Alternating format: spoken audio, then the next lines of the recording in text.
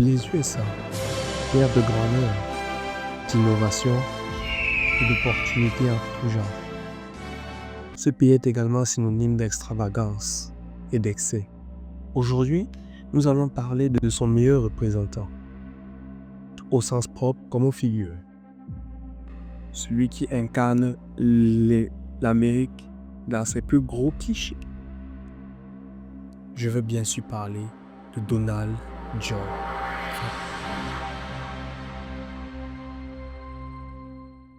Pour parler de Donald, il faut d'abord parler de son enfance. Et laissez-moi vous dire, c'est quelque chose. C'est le 14 juin 1946 que le couple Fred et Marianne Trump accueille le petit Donald John Trump. Puis je vous l'ai dit, tout bon Américain s'appelle John. Il est le quatrième fils d'une fratrie de 4 enfants à ce moment-là. Oui, il est le quatrième enfant de sa fratrie. Sa famille étant d'origine allemande, qui ont immigré aux USA, compte des entrepreneurs, des investisseurs et des grands promoteurs immobiliers dont fait partie son père Fred Trump, qui a profité du manque de logement à New York dans les années 50, suite à la Seconde Guerre mondiale. Il se rend compte d'une chose. À ce moment-là, dans l'immobilier, c'est la classe moyenne qu'il faut viser. Et il fait donc construire en masse des logements pour la classe moyenne, ce qui permettra de construire sa fortune. De cet argent dont il permettra à sa famille de vivre dans le Queens, à New York, à cette époque-là, dans un petit logis de 23 pièces. Oui, Donald est né avec une cuillère en or dans la bouche. Seulement, parmi ses enfants, le chef Fred a un souci. Il a un cancre, un récalcitrant, une forte tête. Lizzie, bring that here now. Mommy, fuck you, bitch. Donald, qui est vraiment très récalcitrant. Il est impulsif, impétueux et désorganisé, désordonné. Il n'aime pas l'autorité, il n'aime pas écouter. Alors, pour lui remettre du plomb dans la tête et pour lui instruire un peu de discipline et calmer son tempérament, surtout qu'à cette période-là, son père souhaite s'élever socialement, sa mère et lui décident de l'envoyer à l'école militaire dans un pensionnat de New York.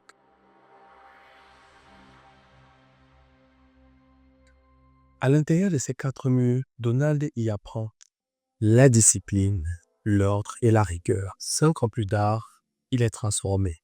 Il obtient son diplôme à la sortie de ce pensionnat. Il a 18 ans et il intègre l'université de Fordham à New York. Ensuite, il rejoint l'université de Philadelphie. Son séjour là-bas est différent de celui de ses camarades.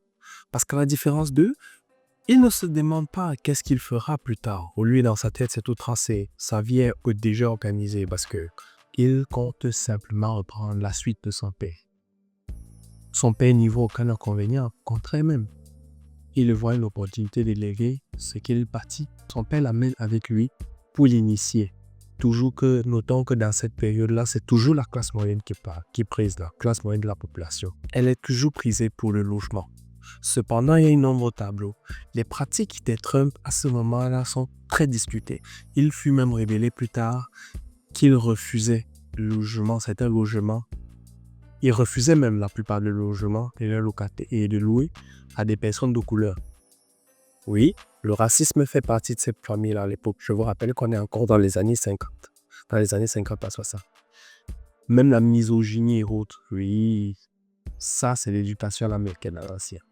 Ayant tout appris donc de son père, à 25 ans, Donald se lance en solo. Et reçoit un petit prêt de la part de son père. Un petit prêt.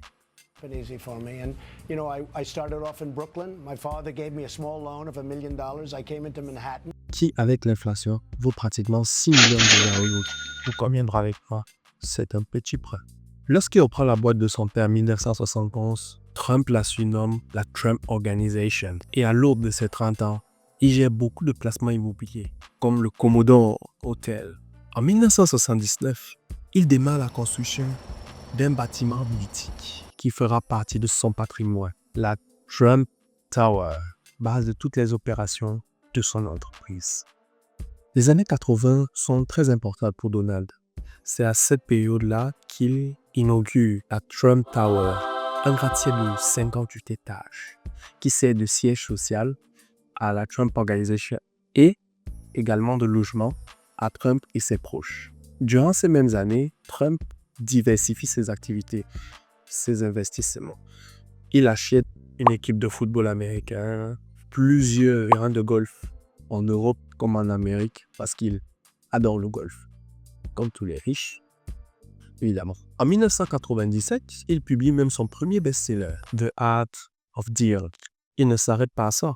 Et l'année qui suit, il achète le Plaza Hotel à New York. Je vous ai déjà parlé de ses apparitions à la WWE. The President of the United Il faut savoir que ce n'est pas le seul divertissement, ou plutôt, dirais-je, le seul milieu de l'entertainment qu'il a déjà intégré. Il veut la lumière. Parce qu'il a dû renoncer, entre autres, durant les années 90, aux sélections américaines. Parce qu'il a vu qu'il n'avait pas ses chances. Dans l'année 2000, il apparaît dans quelques shows télévisés, notamment dans des films comme Maman, j'ai raté l'avion. Excuse me, where's the lobby? Down the hall and to the left. Thanks. Où il y joue son propre rôle. Oui, tout le monde a déjà vu Maman, j'ai raté là. Si tu n'as pas vu, c'est ton problème. Ou encore dans Sex and the City. Samantha, a cosmopolitan. Passage, sachant qu'il peut maintenant jouer avec son image, il crée une télé-réalité, The Apprentice.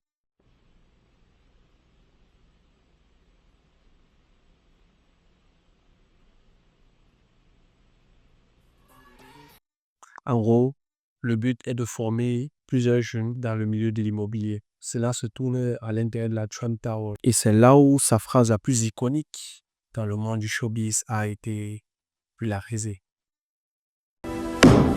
You're fired.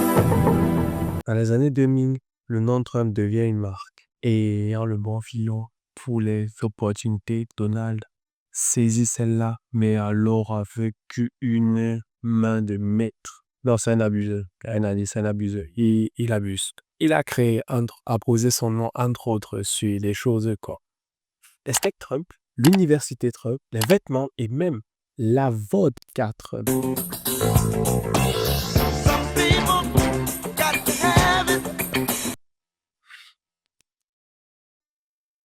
C'est pas de l'ego trip à ce niveau-là. Les rappeurs peuvent aller se coucher. C'est pas de l'ego trip à ce niveau-là. C'est de l'égoïsme. C'est une religion qui crase quoi. Je vous disais plutôt qu'il avait dû renoncer des années 90 à la politique. Mais c'est un désir qu'il n'a pas quitté. Dans les années 2010, il se réintéresse de plus en plus à cela. Et cette ambition ne l'a pas abandonné. En 2015, il a 69 ans et se lance officiellement dans la course à la présidence. So, ladies and gentlemen, I am officially running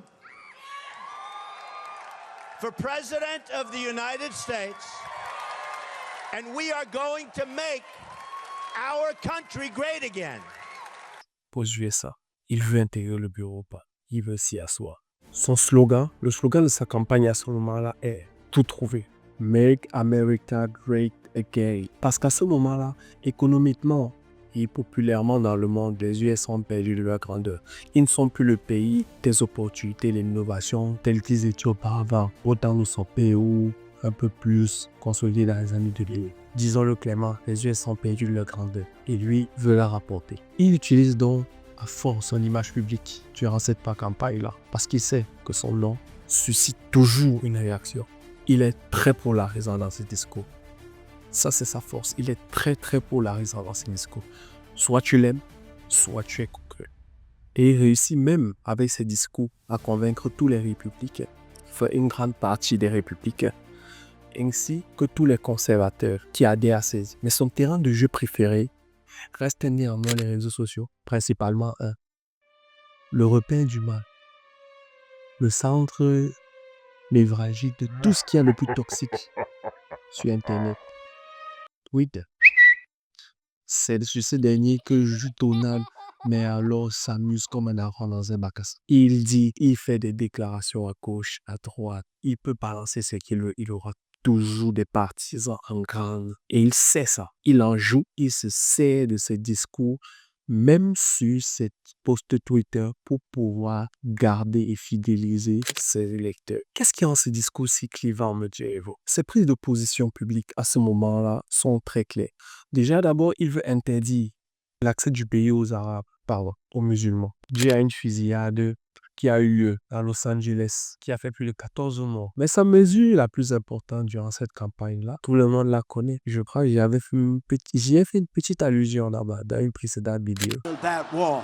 Build that wall. La construction d'un mur à la frontière entre les USA et le Mexique. Parce que Donald Trump, pour lui, c'est que la majeure partie des problèmes viennent des Mexicains. C'est Donald Trump. Avec un tel bilan, on a dit, oui, c'est pas possible que les Américains adhèrent à ça. C'est pas possible qu'ils l'élisent. Mais contre toute attente, c'est à 70 ans qu'il obtient son investiture au parti républicain et devient le tête de liste pour la présidence.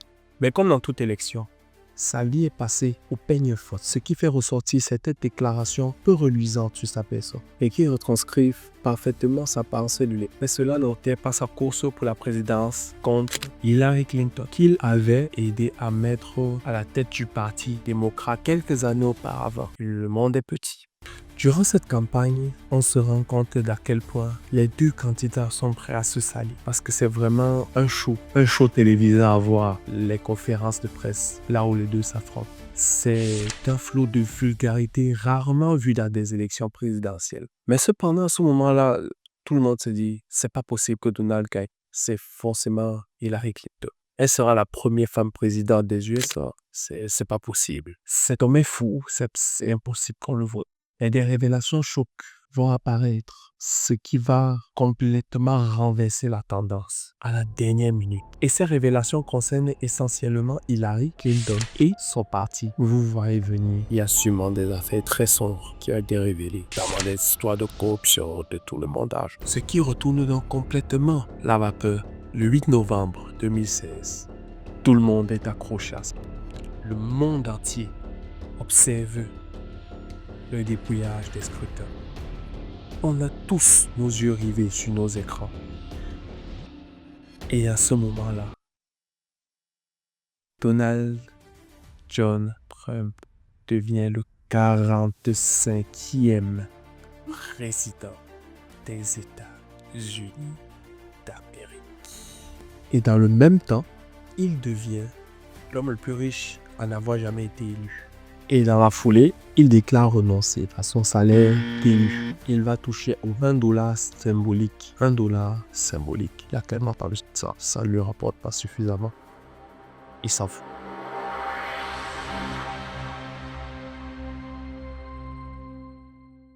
Durant le mandat de Donald Trump, l'économie américaine se porte mieux que jamais grâce au nombre de décrets qu'il a signés visant à favoriser l'industrialisation et la priorisation des entreprises américaines. Cependant, socialement, c'est une catastrophe, c'est un désastre. Dès l'année suivante, son investiture, plusieurs manifestations ont lieu contre son élection. To New York City. New York hates you. The welcome? Anything but warm. Notamment la marche des femmes à Washington. Et la même année, ça ne va pas s'arranger parce que la même année, il sort au plein USA des accords de Paris sur le réchauffement climatique. Ils ne sont non plus soumis à ces restrictions. Courant de l'année 2020, il nomme à la Cour suprême, la plus haute instance judiciaire du pays, une juge très conservatrice du Nord, Amy Coney Barrett. Une juge très conservatrice qui est contre le droit à l'avortement. Et quelques mois plus tard, 43 femmes dénoncent des actes de comportement sexuel inappropriés envers Donald Trump dans un livre.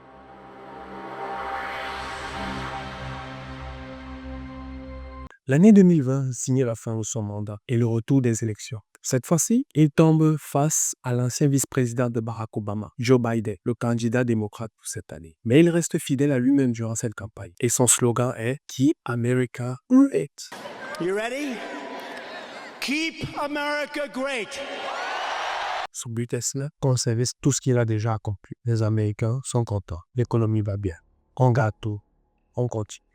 Durant cette campagne, il va être accusé de recevoir de l'aide de la part du Kremlin et des autres nations extérieures. Et donc, une commission d'enquête parlementaire va être monopolisée pour le pousser à un impeachment. En gros, c'est une procédure judiciaire jugée par la Cour suprême où l'on détermine si tu es apte à continuer ta campagne pour les élections. Et après enquête et son procès devant le Sénat, il est déclaré innocent.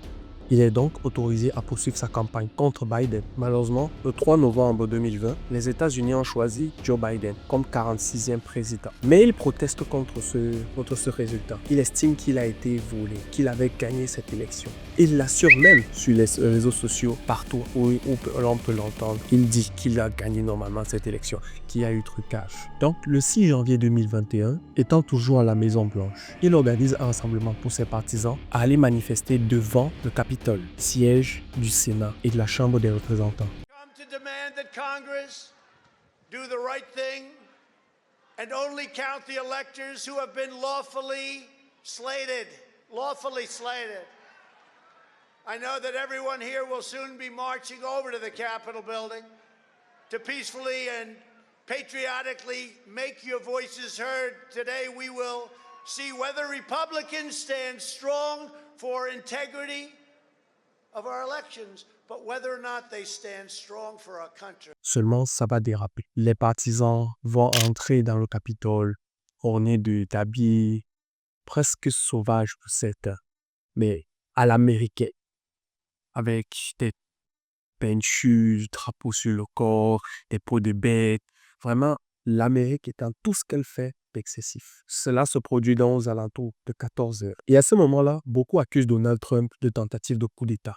Il va donc prendre la parole publiquement pour dénoncer ceux qui ont osé entrer et enfreindre la loi au sein du Capitole. Tout cela, on va les poursuivre. Tout cela, ils seront arrêtés. I'd like to begin by addressing the heinous attack on the United States Capitol. Like all Americans, I am outraged by the violence, lawlessness, and mayhem.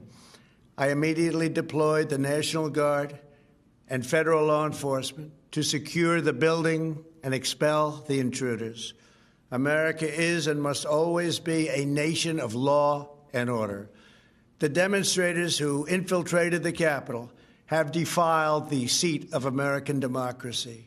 To those who engaged in the acts of violence and destruction, you do not represent our country. And to those who broke the law, you will pay.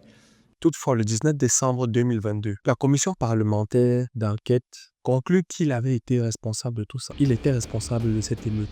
Mais retournant en 2021, il est contraint de quitter la Maison-Blanche, puisque c'est l'investiture à ce moment-là de Joe Biden. Il refusera d'assister à la cérémonie d'investiture de ce dernier. Quelque temps plus tard, il perd son terrain d'expression favori, Twitter. Son compte sera bloqué par la plateforme.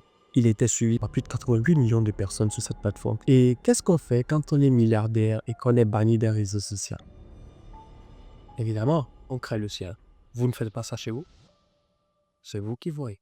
Il va donc créer le sien, le Truth Social, comme il l'appelle. C'est son réseau social sur lequel il parle de tout. Quelques mois plus tard, en 2022, Twitter ayant été racheté par Elon Musk pour savoir s'il faut réintégrer Donald Trump au sein de Twitter. Et c'est à 52% que les gens vont être favorables à son retour. Et comme par magie, The Real Donald Trump est de retour. Et lui, il s'en fout, il poste quasiment rien depuis cette date-là. Il s'en fout, il a son propre réseau social maintenant.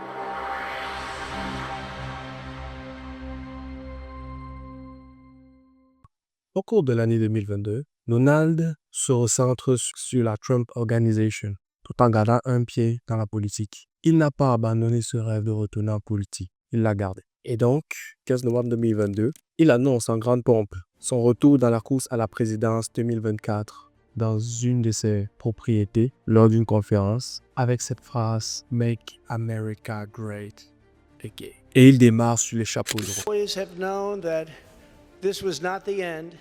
It was only the beginning of our fight to rescue the American dream. And it's a word you don't use, 2 words. I don't want to be Joe. It's 2 words, American dream. That was not good what he did. There are a lot of bad things like going to Idaho and saying, welcome to the state of Florida. I really love it. In order to make America great and glorious again, I am tonight announcing my candidacy for President of the United States.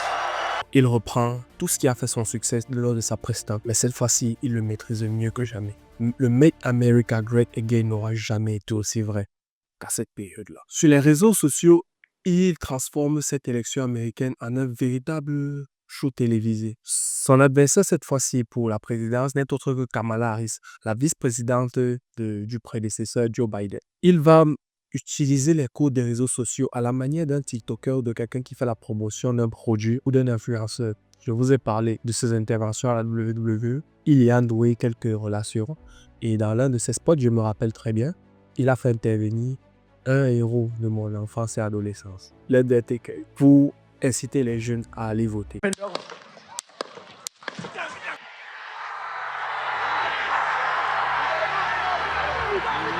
Ladies and gentlemen, please welcome the next President of the United States, President Donald J. Trump.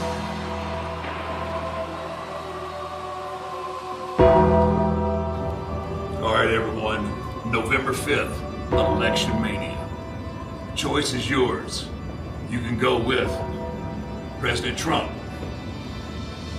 Kane, and The Undertaker, or you can take Kamala Harris, Dave Bautista, and Tim Walz. Choose wisely. Durant cette campagne, beaucoup le donnaient perdant, justement à cause de ses phrases chiantes, toujours à cause de son côté clivant. Aussi de certaines révélations de son passé qui ne plaisaient pas aux gens. Malheureusement, durant cette campagne, un drame va survenir. Le 13 juillet 2024, lors d'une conférence de presse en Pennsylvanie, il va être victime d'un attentat. Il échappera de peu à la mort lorsqu'il retournera son visage vers la droite pour pouvoir observer le graphique. Il va se faire effleurer au niveau du sommet de l'oreille droite par une balle. Il échappera à 3 coups de feu tirés à Thomas Matthew Crooks. Très vite, il se fera encercler par les services secrets qui seront là pour le protéger. Et une image vaut mieux que 1000 mots. L'on voit Donald Trump, tel un héros ou un survivant.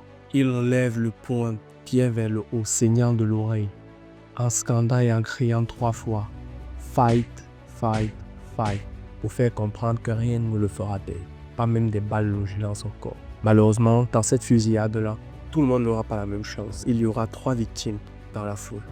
Cet événement va fédérer encore plus ses partisans. Ils seront plus nombreux et encore plus investis de la mission de Donald Trump. Parce qu'à ce moment-là, même dans le tollé médiatique que ça va provoquer, même dans l'ambiance générale de l'Amérique, il y aura une vague de soutien vers Donald Trump. Parce qu'on le verra comme un héros qui n'a jamais rêvé de faire ça. Personne n'a jamais eu le courage de rester stoïque face à la mort, surtout pas face à une arme à feu. Mais lui a trouvé le courage de se relever instantanément pour continuer son combat. Également, lors de ces élections, les électeurs auront toujours à l'oreille et se rappelleront toujours de son passage lors de son précédent mandat. À quel point l'Amérique a pu être assez relevée en fait. Elle a pu être remise au centre des décisions mondiales. Mais le social n'étant toujours pas de son côté, à cause de cette décision et ces prises de position très à droite. Nous sommes donc le 5 novembre 2024. Monde entier arrête de respirer. Nous avons tous les yeux rivés sur nos télés. Tout le monde consacre son attention sur la télévision, sur les élections américaines. Et c'est ça là, le résultat tombe officiellement. Donald Trump est le 47e président des États-Unis d'Amérique. Il devient par la même occasion le premier président à cumuler 2 mandats non consécutifs. C'est un exploit. Il prend son investiture le 20 janvier 2025. Et dans la foule, parmi ceux qui sont là pour assister à cette cérémonie, se tiennent les patrons des plus grosses entreprises.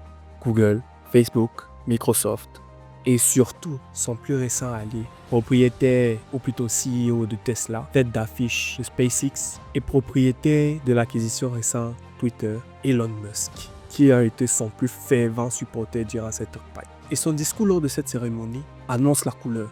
Il n'a pas de temps à perdre. Il est dans le futur. Il doit accélérer, remettre l'Amérique sur les bons rails. Durant son discours, déjà d'abord pour remettre à la place de tout le monde les bonnes idées. We will forge a society that is colorblind and merit-based. It will henceforth be the The official policy of the United States government that there are only two genders, male and female. Il reprend en main la politique des genres aux USA. Il déclare politiquement et officiellement, les USA ne reconnaîtront que deux genres, masculin, féminin.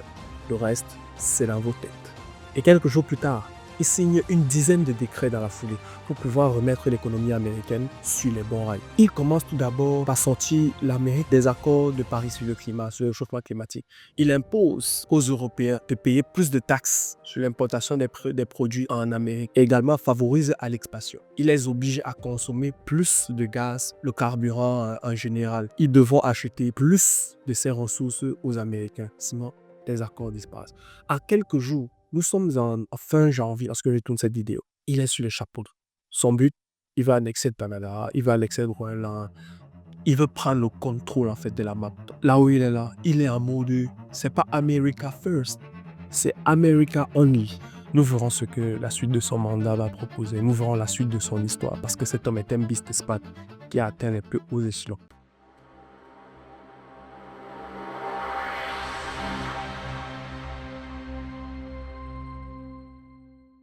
Donald Trump est l'incarnation du cliché américain, de l'homme américain dans tous ses excès. Tout ce que les USA font de plus extravagant.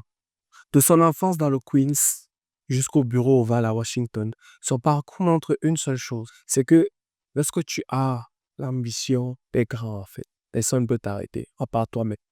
Il s'est heurté à des difficultés toute sa vie, il s'est heurté à tout et à n'importe quoi. On lui a mis les obstacles, on l'a déclaré perdant. On l'a cancel, on l'a bloqué sur plusieurs sujets à cause de ses prises de pollution. Mais aujourd'hui, il est à la tête et il est l'un des hommes les plus puissants au monde. Il est vu par beaucoup comme un raciste ou d'autres, un sauveur. Je veux savoir, laissez-moi en commentaire votre avis et débattons dans la paix si vous, c'est un sauveur ou un destructeur. C'était Neo pour InnoLegend.